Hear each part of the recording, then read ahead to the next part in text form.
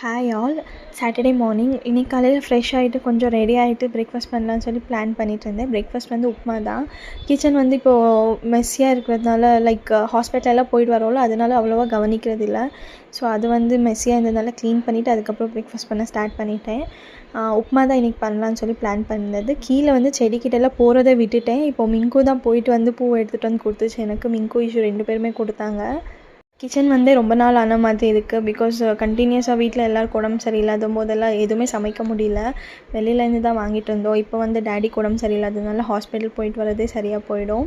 அதுக்கப்புறம் சாமி கும்பிட்டுமே ரொம்ப நாள் ஆயிருந்துச்சு. அண்ணன் ஃப்ரெண்ட் வந்து எங்களுக்கு இன்றைக்கி பூ கொட்டு வந்து கொடுத்துருந்தாங்க. ஸோ அதை வச்சு நான் சாமி கும்பிட்டேன். எனக்கு வந்து எப்போயுமே கலர் கலராக பூ வச்சு சாமி கும்பிடணும்னு ரொம்ப ஆசை. சாமியெல்லாம் கும்பிட்டுட்டு எங்கள் அம்மா வந்து பிரேக்ஃபாஸ்ட் கம்ப்ளீட் பண்ணிட்டாங்க. நான் வெஜிடபிள்ஸ் எல்லாம் கட் பண்ணி கொடுத்துருந்தேன். பிரேக்ஃபாஸ்ட் சாப்பிட்டு அதுக்கப்புறம் இப்போ ஹாஸ்பிட்டல் கிளம்பணும். ஸோ இதான் இன்றைக்கோட vlog. நாளைக்கு பார்க்கலாம். பாய்.